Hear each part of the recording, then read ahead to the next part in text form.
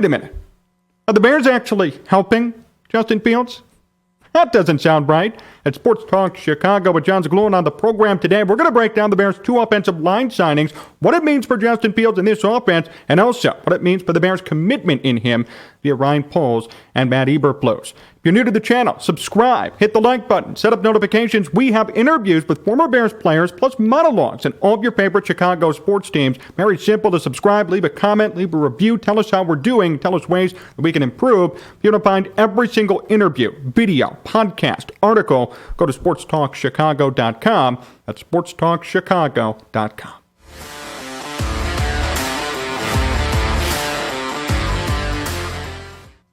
I want to start today with this. Signaling is pretty important in our world today. The classic example is a college degree, right? You may not learn a lot necessarily from going to college, but the fact that you have that piece of paper says to employers that you're ready to work. You might have a completely unrelated degree, doesn't matter. It shows, hey, this person is committed, they're willing to go to a 4-year university, they're willing to put in some work, study hard, and come away with this worthless piece of paper. Same idea here with the Bears and these signings at offensive line. It actually shows commitment to Justin Fields. May not sound like that, John. What are you talking about? These are small 1-year deals. These guys are older. They're not going to be around for too long. Maybe so. But I'll say this much. The Bears had a need on the offensive line, and all year they've neglected it. Even with Ryan Poles and Matt Eberflus coming in, there have not been many upgrades. It's young on top of it, too. Sam Mustipher, Larry Borum, Kevin Jenkins. It's inexperienced, unproven, and last year proved to actually hurt Justin Fields more than help him. Always on the run, most fumbles in football, and did not have too much time to throw the ball as well, always under pressure. These are issues that needed to be corrected for him. So Ryan Poles boldly made 2 signings within a week of one another as training camp began. How about that? To his credit, he actually invested money in the preservation of Justin Fields, not just to help out his success, in the preservation. Hopefully, with better offensive linemen, not as many injuries, not as many sacks and hits and pressures and hurries.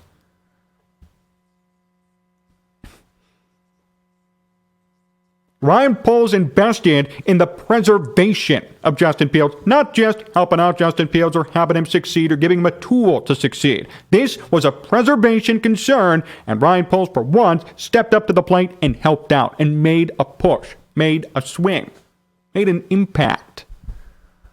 The Bears signed 2 offensive linemen. Riley Reiff, he comes over from Cincinnati, and Michael Schofield, formerly of the Denver Broncos and LA Chargers.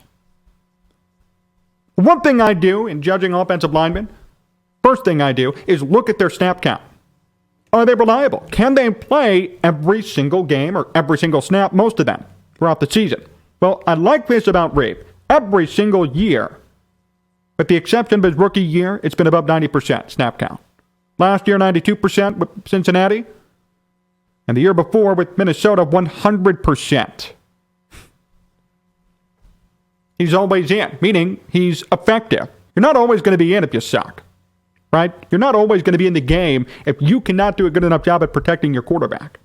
Well, he was good enough in Cincinnati last year and Minnesota the year before.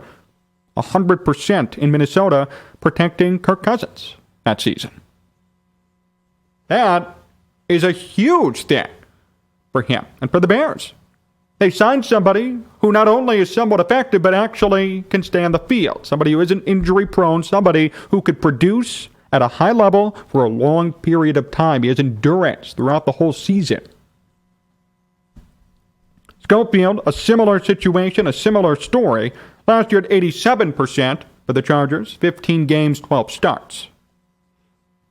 100% for Schofield back in 2019 as well, out with the Chargers again at guard and right guard. So you brought in 2 offensive linemen who are somewhat proven. They're both veterans, first of all, but secondly, they can play for long periods of time. They are not injury prone. They could stay in and be effective. These are all things the Bears desperately needed, and they got it. And I give them so much credit for this. No more worrying about who's going to protect Justin Fields. I mean, granted, you still have younger guys who need developing. Jenkins, Borum. But these two, not so much. There's no worry about Schofield developing or Reiff developing. It's just simply play. You're good, play. Protect Justin Fields. Do what you know how to do. Do what you've done for other quarterbacks throughout the NFL over your long careers in the league. Do what you've done before, now bring it all here and do it for us. It's not that complicated for them, for these two. So I love these moves from Ryan Poles. And it really just shows a commitment. If the Bears really thought Justin Fields sucked, they would not be making moves to help out his development. Look at what Matt Nagy did with Mitch Trubisky. Did Matt Nagy do anything to help Mitch Trubisky's development? No. Why? Obviously sabotaged him, but secondly, Nagy did not want him. He did not think he'd be the future of this franchise. So Nagy thought, I don't care. Ryan Poles could have done the same thing with Justin Fields if that's what he felt, if that's what he believed. If Ryan Poles believed Justin Fields was not the future, you would not be seeing moves like this. You wouldn't. You'd be seeing nothing. You'd be seeing nothing get done. And for the majority of the offseason, that's what we saw. We saw minor wide receiver moves that really have not made a difference. We saw no reinforcements to the offensive line. We saw nothing. We saw potentially another train wreck offensively for the Bears this upcoming season. And while I'm not saying that these two additions are going to make them a playoff team, it will help at least preserve Fields and make sure he's not always going to be hurt and make sure that he can actually stay in and play 15, 16, 17 games this year and not be injured because of 20 million sacks and pressures and issues that he's going to have to face. These were two solid signings. Now, granted, they're both not Pro Bowlers.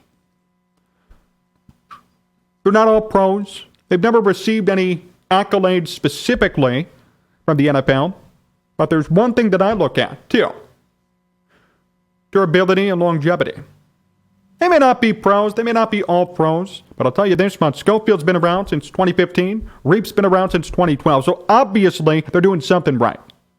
If they sucked, if they were bad at their jobs, they would not be playing football anymore. Both of these guys are legitimate veterans. They've been around for a number of different teams. They've been effective. They've played. They have high snap counts. These are great moves for the Bears, for Justin Fields, by Ryan Poles.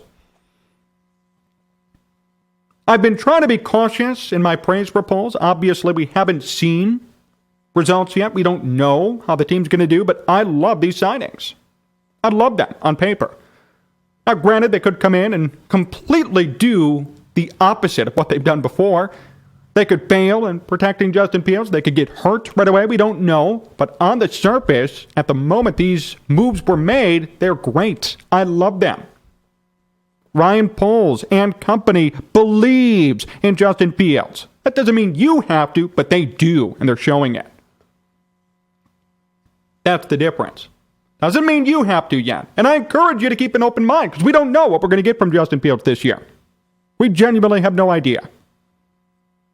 Could take a big jump, could take a step back, could be where he was last year. I highly doubt that, but it's still on the table. We have to consider it. But a move like this sets him up for greater success. It sets him up for less pressures, less running around, less I'm going to go out there and get killed because I have no offensive line to protect me.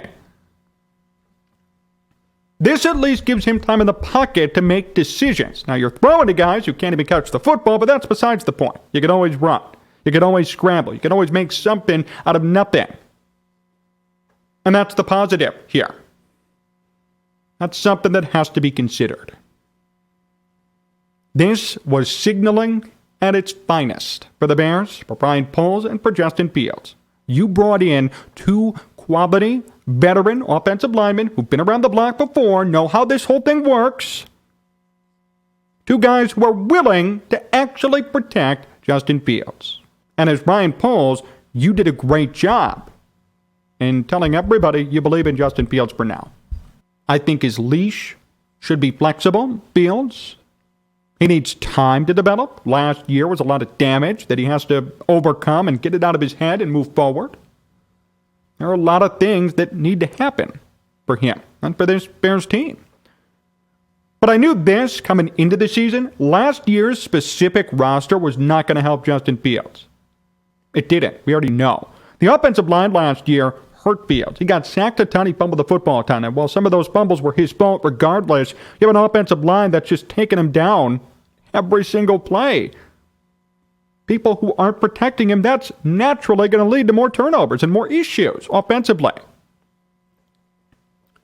So I think we all knew, the same roster as last year would not help him. And although the Bears somewhat upgraded a wide receiver, they really didn't. They did nothing to address the offensive line till now. And now, finally, we have an answer. And I like this answer. And I like what they're trying to do here. And all I ask for and all I hope for is that things do get better for Fields and company moving forward. There are a lot of loose ends to tie up. There are a lot of things we still don't know about. We don't know how successful they're going to be here. But it's encouraging to say the least that for once, the Bears are actually investing in what they have. It's like a business, right? If you have a business and you want to grow, you need to invest in it a little bit. You can't just be stagnant. You have to invest a little bit in it to get more out of it. You get a lot out of it if you invest a lot in it. That's a business. It's the same idea here. The Bears are a business. If you want to invest more in it, you'll get more out of it. So for Ryan Poles, investing more in, as in signing offensive linemen to protect Justin Fields, means you'll get more out of Justin Fields. That's the objective, at least. So that's the way I encourage you to think about it when you're evaluating this move and understanding how it all worked out. It's a business. You have to invest in it to get something out of it. And in this case, hopefully, the Bears will get something out of it by these two signings in offensive line. Thanks for watching today's show here on VPod TV, channel 59.3 in Roku. If you want to find me on social media, find old podcasts, articles, interviews, and more, go to sportstalkchicago.com. And remember, subscribe, like, and hit that notification bell on this YouTube channel for more great content. So long, everyone.